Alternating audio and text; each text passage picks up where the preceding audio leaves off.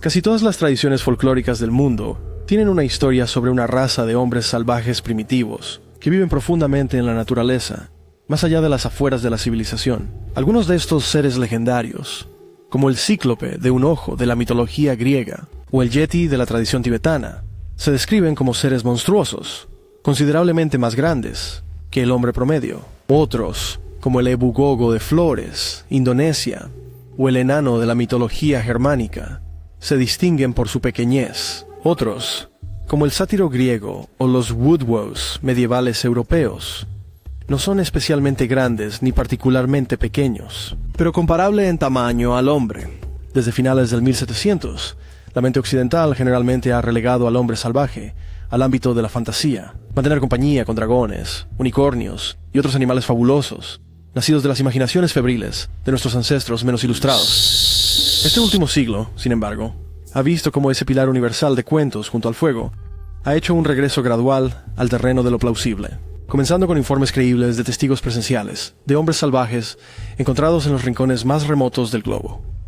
Entre los primeros científicos modernos en considerar seriamente la posibilidad de que el legendario hombre salvaje pueda tener alguna base en la realidad era un biólogo escocés-americano Maverick, llamado Evan T. Sanderson. En su libro de 1961, Hombres de las Nieves Abominables, la leyenda cobra vida. Sanderson propuso que el Sasquatch de Columbia Británica, el Yeren de China y otros hombres salvajes avistados en todo el mundo eran realmente especies diferentes de homínidos bípedos no descubiertos. Grandes Simios dividió estas especies hipotéticas en 4 clases taxonómicas basadas en características físicas y comportamiento, es decir, neogigantes, subhumanos, subhomínidos y protopigmeos. Los neogigantes, como sugiere su nombre, son mucho más grandes que los humanos, siendo más altos que el hombre promedio, por al menos un pie o 2, mucho más voluminoso, con un torso enorme en forma de barril y sin cuello.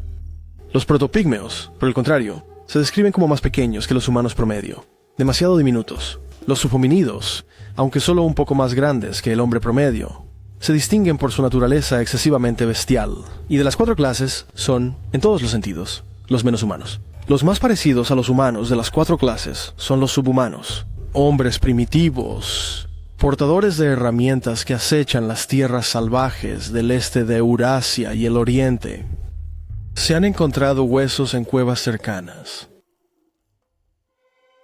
Aunque sin duda hubiera valido la pena hacer una breve digresión aquí antes de continuar, avanzando en la naturaleza del Neandertal y su misterioso primo asiático, el denisovano. La verdad es que no hay un consenso real en el mundo de la antropología sobre qué son los neandertales, cuándo vivieron, cómo se comportaron o qué fue de ellos. Décadas de fraude académico, perpetrado a finales del siglo XX y principios del XXI, han enturbiado profundamente el debate sobre los neandertales. Una larga y continua batalla librada entre campos de pensamiento académico en constante evolución. Basta decir que los neandertales, o neandertales, se cree que son humanos arcaicos, que vivieron junto a nuestros ancestros de la Edad de Piedra en toda Europa y Asia Central. Se supone que eran un poco más bajos y mucho más robustos que los Homo sapiens o humanos modernos, con enormes cajas torácicas en forma de barril, grandes cráneos alargados, pelvis anchas y extremidades robustas. Se cree que fabricaron herramientas primitivas y cazaron grandes animales en pequeños grupos. Su relación con los Homo sapiens es motivo de gran controversia entre los antropólogos. Algunos académicos creen que competían ferozmente con los humanos por recursos. Otros sostienen que se cruzaron con humanos, argumentando que hay rastros de ADN neandertal en el genoma humano. Algunos aún creen que los neandertales cazaban humanos para alimentarse, inculcando en nuestra memoria genética un temor primordial a los depredadores, parecidos a humanos. Sea como sea, la mayoría de los académicos coinciden en que, en algún momento del pasado distante, los neandertales desaparecieron de la existencia, quizás sucumbiendo a la competencia humana, deterioro genético resultante de la endogamia, o cambio climático. La clase subhumana de Sanderson, la más parecida al humano de los esquivos homínidos peludos, reportados en áreas silvestres de todo el mundo, tan evocador del antiguo neandertal, ha sido reclasificado por otros científicos interesados en el tema del hombre salvaje. En su libro de 1983, Aún viviendo, Yeti, Sasquatch y el enigma del Neandertal, la arqueóloga británica, Dr. Maida Shackley, dividió a los subhumanos de Sanderson en 2 categorías diferentes. Una categoría está poblada exclusivamente por el chichuña, un troglodita, o perro de cueva de 1,80 m, cubierto de piel, criatura avistada en las montañas de Siberia, que Shackley propuso que era alguna variedad de humano. La otra está poblada por los Selmas, una criatura más pequeña y similar a un hombre. Se reportó en toda Asia Central, desde las montañas del Cáucaso hasta el desierto de Gobi, lo cual ella propuso que era un neandertal vivo. Shackley aludió por primera vez a la posibilidad de que el neandertal todavía pudiera existir, hoy en día, en su libro de 1980, Hombre Neandertal. Incluso en los tiempos de la hipótesis de extinción, escribió, refiriéndose a la teoría de que el neandertal se extinguió hace miles de años, debido a la competencia por parte de Homo sapiens. Se sugirió que poblaciones relicto de neandertales podrían haber sobrevivido mucho después de la muerte de sus compañeros, llevando una existencia miserable lejos de los mejores terrenos de caza, y eventualmente desapareciendo silenciosamente. Y luego hubo una sugerencia, como siempre, gracias por ver, y como siempre, no olvides darle me gusta y suscribirte. Polia y el Cáucaso podrían representar esas poblaciones relictas de neandertales, que se han replegado a un clima en el cual estaban bien adaptados para sobrevivir, y donde era poco probable que encontraran mucha competencia. Esta sugerencia está siendo tomada muy en serio por algunos científicos muy respetables, y ya no es posible descartarla de inmediato. Los científicos a los que aludió Shackley podrían haber incluido a los criptozoólogos Lauren Coleman y Patrick Wigg, quien esencialmente, si no explícitamente, dividió a los subhumanos de Sanderson en 3 de sus propias subdivisiones, en su libro de 1999, La Guía de Campo para el Bigfoot Sea, y otros primates misteriosos en todo el mundo. Una de estas subdivisiones fue la clase Neandertaloide, que a pesar de la propuesta de 1983 del Dr. Shackley, no incluía a los Amis de Asia Central. Los neandertaloides tienen un promedio de 1,83 metros de altura y poseen una constitución robusta y musculosa, escribieron. Sus cuerpos tienen pelo rojizo, y los machos generalmente tienen mucho pelo facial, a menudo con barba de flequillo. Todos los neandertaloides tienen arcos superciliares prominentes. La segunda subdivisión de Coleman y League de los subhumanos de Sanderson, La categoría es Mark Tommy. clase, a la que pertenece la petunia de Shackley, cuyos miembros residen en el subártico siberiano, de Alaska y Canadá. Aunque a menudo se confunden con el Sasquatch, ellos montaron, más parecidos a los humanos, y algo más bajos que el clásico neogigante, alrededor de 2 metros de altura, con cuerpos firmes y poderosos, con piernas y músculos de hombros bien desarrollados. Coleman y Wiggs. La subdivisión es la clase de Hominidos erectus, que incluye a los almas, el yeren chino, y otros homínidos misteriosos que, según dicen, han sido identificados erróneamente como neandertales en el pasado, aludiendo quizás al trabajo de Shackley. Los homínidos erectus, escribieron, tienen un tamaño humano de hasta aproximadamente 1,80 m. Sus cuerpos también están dentro del rango humano estándar, con un ligero abombamiento del pecho, parcialmente a completamente peludos, con el pelo de la cabeza más largo que el del cuerpo. Canadá tiene algunos hombres salvajes legendarios, que podrían encajar fácilmente en las clases de Marctominido, Hominido erectus, y Neandertal de Coleman y Wake, en las clases Chechunya y Ulmus de Shackley, y en la clase subhumana más amplia de Sanderson. Por ejemplo, el pueblo Shuswap de Columbia Británica, que vivía en el extremo norte de la meseta interior, en las montañas rocosas del noroeste de Canadá y en los bosques al este del país de los caribúes, cuentan historias tradicionales sobre una criatura parecida a un humano, corta y robusta, a la que llamaban Tema-At. El antropólogo escocés-canadiense James Tate describió esta entidad legendaria en su tratado de 1909 sobre los Shuswap para el Museo Americano de Historia Natural. Se dice que seres llamados Tema-At o Temtamana-At, escribió Tate, se ven ocasionalmente. Se describen como muy bajos, de aproximadamente 1,20 m a 1,35 m de altura, con cuerpos robustos, a veces obesos, y cabezas de forma peculiar. Dicen que son muy salvajes y que viven en agujeros en el suelo. Se cree que no tienen un verdadero idioma, sino que emiten sonidos balbuceantes. Tate continuó relatando una historia sobre una familia de Tema-At que vivía en la confluencia de Deep Creek y Soda Creek, a unos 17 kilómetros al noroeste de Williams Lake, BC, no muy lejos del río Fraser. Una banda local de Shuswap se dio cuenta Presencia después de encontrar varias huellas pequeñas en la orilla del arroyo, que conducían a agujeros en una pendiente cercana. Observaron desde arriba, escribió, y vieron a los Tema-At salir de los agujeros al atardecer y dirigirse a una orilla llena de guijarros, cerca de la desembocadura del arroyo, donde empezaron a jugar. Al amanecer, de repente desaparecieron. Una noche, la gente los rodeó y esperó en emboscada. Justo cuando el día comenzaba a amanecer, se lanzaron sobre ellos mientras jugaban, logrando capturar a una niña. Los demás escaparon y nunca más se mostraron en este lugar. La niña era muy salvaje y no podía hablar. Después de mucho tiempo se volvió dócil y poco a poco aprendió a hablar. Se casó con un hombre de Soda Creek y tuvo muchos descendientes. Todos eran gente baja y robusta, y compartían todas sus características. Eran superiores, tanto físicamente como mentalmente, y todos eran grandes luchadores. Los Cree del bosque del norte de Saskatchewan tienen sus propias leyendas sobre hombres primitivos, peludos, que libraron guerra contra sus antepasados en tiempos antiguos. Se decía que pequeñas poblaciones todavía existían en los bosques de Quebec y el norte de Ontario a principios de los 1800. Un pueblo orgulloso pero tonto, estos llamados antiguos, o pechos peludos, se decía que eran grandes cazadores, que nunca usaban arco y flecha, sino que mataban a sus presas persiguiéndolas. Saltaban sobre ellos desde el suelo, desgarrándolos con cuchillos de piedra o hueso.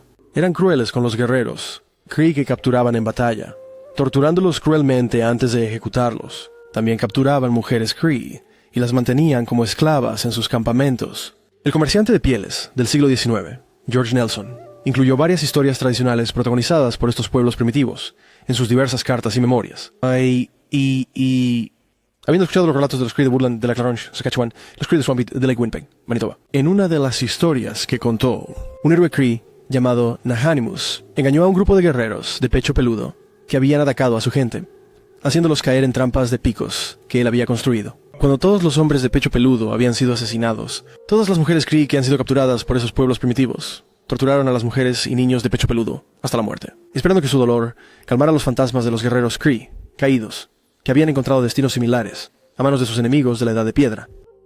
El folclorista de Saskatchewan, Reverend Edward Agenokiu, un sacerdote anglicano de herencia Cree, incluida la versión humorística Plains Cree de este cuento. En su artículo, Cuentos del Trickster Cree, publicado en el número de 1929 del Journal of American Folklore. En esta versión de una historia, el protagonista es Risukajak, el legendario padre de Nehanimus. La historia comienza con la visita de Waisakajak a un campamento Cree y su sombrío recibimiento por parte del jefe. «Has llegado en un momento de tristeza», dijo el jefe al recién llegado. Ayer, uno de nuestros jóvenes, que había salido de casa, no regresó. Sabemos demasiado bien lo que le ha ocurrido. Hay seres peludos viviendo a cierta distancia de aquí que han sido fundamentales en la muerte de varios de los nuestros. Jóvenes. Siempre que encuentran a un hombre caminando solo por el bosque, lo matan y se lo comen. Estos seres se conocen como los corazones peludos. Esperando poner fin a los corazones peludos y sus depredaciones, Waisakajak caminó hacia un lago donde muchos cazadores habían desaparecido y fingió caer en una trampa de púas que los monstruos habían colocado para los Cree. Fue recogido rápidamente por un corazón peludo que creía que estaba muerto y lo llevó a su campamento.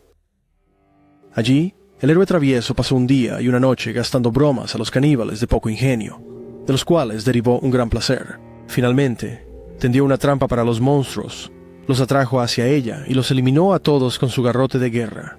Cuando todos sus enemigos yacían muertos ante él, Risukajak les extrajo los corazones peludos, los quemó y esparció las cenizas al viento, siguiendo un motivo que se repite en las historias de monstruos de los indios Salish del oeste. Las cenizas se transformaron en tímidos conejos que saltaron hacia el bosque. Una variante de la leyenda del pecho peludo también existe entre los Cree de las rocosas del noroeste de Manitoba, en su libro de 1989 sobre las tradiciones orales de los Rock Cree, de Granville Lake, Manitoba. El antropólogo estadounidense Robert A. Brightman incluyó 3 historias sobre una tribu primitiva y caníbal, a la que los nativos llamaban la gente del corazón peludo. En la primera historia de Harry Hart de Brightman, contada por el anciano Chris Elise Linklater y traducida por Caroline Caribou, un padre y un hijo de corazón peludo persiguen a un grupo de Cree con la intención de comerlos. El padre corazón peludo se describe como poseedor de habilidades místicas que le permiten localizar a distancia a su presa humana y camuflarse él y su hijo con maestría. Los 2 depredadores también parecen tener algún tipo de conexión psíquica entre ellos. Los caníbales son demasiado poderosos para que los humanos puedan vencerlos en combate abierto, así que los Cree corren y se esconden de ellos. Los indígenas lograron inicialmente evadir a sus perseguidores gracias a los poderes mágicos de su jefe, un hombre medicina dotado con el don de la clarividencia. Después de que los caníbales capturan y se comen a varios niños Cree, sin embargo, el jefe Cree invita a los depredadores a su choza. En el interior, los corazones peludos pierden su poder que se desvanece por el calor del fuego. Pretenden hacer las paces con los Kree, y cada uno se casa con una mujer Kree. Sin embargo, en secreto, los Harry Harts planean comerse a sus nuevos parientes a la primera oportunidad. Más tarde, mientras cazaban en el frío, el hijo de Harry Hurt recupera su poder, pero es emboscado y asesinado por su desconfiado cuñado antes de que pueda llevar a cabo su siniestro plan. De vuelta en el campamento, el padre de Corazón Peludo, que psíquicamente se entera de la muerte de su hijo, asesina a una mujer. Antes de que pueda causar más daño, es golpeado hasta la muerte por guerreros Kree, quienes solo lograron prevalecer contra él, porque el fuego en la cabaña lo había debilitado. La segunda historia de Raidman, narrada por Cornelius Colon, comienza con una breve descripción del agente de Corazón Peludo y su relación antagónica con los Kree. Según Colomb, los Harry Harts mataban a los indios cada vez que se encontraban con ellos. Sacrificaban a los hombres, comían a los niños y mantenían a las mujeres como esposas. En una ocasión, sin embargo, se desviaron de su modus operandi habitual al adoptar a un joven guerrero Kree, que había asesinado a su propio tío. Otro de los tíos del joven, un valiente temido y marcado por las batallas llamado Kayangwe, partió para hacer justicia a su sobrino. Rastreó a sus asesinos parientes hasta una cabaña de castores, donde el grupo de corazones peludos, que había adoptado a estos últimos, estaba ocupado cazando castores. A través de artimañas y engaños, Kyungwi logró matar a todos los hombres de Corazón Peludo con su cuchillo. Finalmente, le disparó a su sobrino en las costillas con una flecha. Luego encontró a las mujeres Kree que habían sido capturadas por los Harry Harts y les aconsejó que mataran a las esposas de sus captores con sus propias hachas de piedra. La mujer siguió su sugerencia y eliminó a la banda de Harry Hart. La tercera historia de Raidman, también contada por Kollo, es casi idéntica a una historia de Hanekeu. En lugar de Wisugajak, sin embargo, el héroe de esta historia es Kayangwi, el protagonista de la historia anterior. Se dice que otra raza de personas primitivas vive en el valle del río South Mahoney, un antiguo cauce lleno de historias que atraviesa las montañas Mackenzie, cerca de la frontera sur de Yukon, y los territorios del noroeste, por lo que se conoce popularmente como el Valle Sin Cabeza, además de ser el primer sitio del Patrimonio Mundial de la UNESCO, y un destino para canoístas de clase mundial. El Parque Nacional Nahanni, por el el Salado cual Mahoney corre, es hogar de un número de leyendas inquietantes, la mayoría de los cuales giran en torno a una serie de misteriosas decapitaciones y desapariciones que ocurrieron en el área a lo largo del siglo XX. Una de las muchas leyendas de Nahanni habla de una raza de brutales guerreros de la Edad de Piedra, llamados los Naha, que alguna vez habitaron la región, que ocasionalmente asaltaban los campamentos de cercanos en las tierras bajas, a lo largo del río Liard, en el que drena el sur de la Hani. De vez en cuando, estos salvajes paleolíticos salían de su campamento en la desembocadura del arroyo Prairie, un afluente del Nahanni, a las llamadas cuevas de mongoles. El río en el que algunos cuentacuentos Dicen que los Naha hicieron sus hogares y se dirigieron río abajo, armados con armas de piedra y arcos. Los guerreros procederían a escalar la Butte Nahanni, una montaña solitaria que se erige en la desembocadura del sur de Nahanni, dominando las tierras bajas de Liar, y escudriñaban el valle abajo en busca de alguna señal de humo de fogata, como lo describí en mi libro de 2018, Leyendas del Valle Nahanni, que explora el oscuro folclore asociado con la región. Cuando los Naha localizaban un campamento enemigo que consideraban digno de ser atacado, descendían de la montaña y se dirigían a través del bosque hacia su objetivo. Si el enfrentamiento resultante era un éxito, los Naha torturaban a los guerreros enemigos supervivientes, mutilaron los cuerpos de sus compañeros caídos, ejecutaron a sus hijos y llevaron a sus esposas e hijas a las montañas. Según Herb Norwegian, el anterior gran jefe de los Dicho, o nación primera Slavey, llegó un momento en el que la gente de los pisos y tierras bajas no podía soportar una incursión continua cada año. Así que finalmente los ancianos se reunieron y dijeron que teníamos que ponerle fin a esto. Se decidió que una masiva partida de guerra Dine se adentraría en el valle de Nahanni para eliminar la amenaza Naha de una vez por todas. Los guerreros Dine marcharon hacia el territorio de Naha sin encontrar resistencia y pronto divisaron el humo de una fogata distante. Al irrumpir en el campamento con sus armas preparadas, sin embargo, descubrieron que los Naha no se encontraban por ningún lado. Era como si sus enemigos hubieran desaparecido en el aire.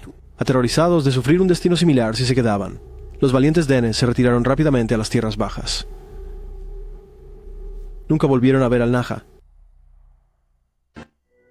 En 1965, 5 jóvenes estadounidenses que se hacían llamar la Sociedad Expedicionaria Americana realizó una expedición exploratoria al valle de Nahanni bajo los auspicios de la Universidad Estatal de Minnesota. Uno de los miembros de la fiesta era un aventurero llamado Frank Graves, que mostró un especial interés en los avistamientos del hombre salvaje, que ocurrían con frecuencia casual en toda la región. Mencionado en el libro de Ivan Sanderson, Hombres de las Nieves Abominables.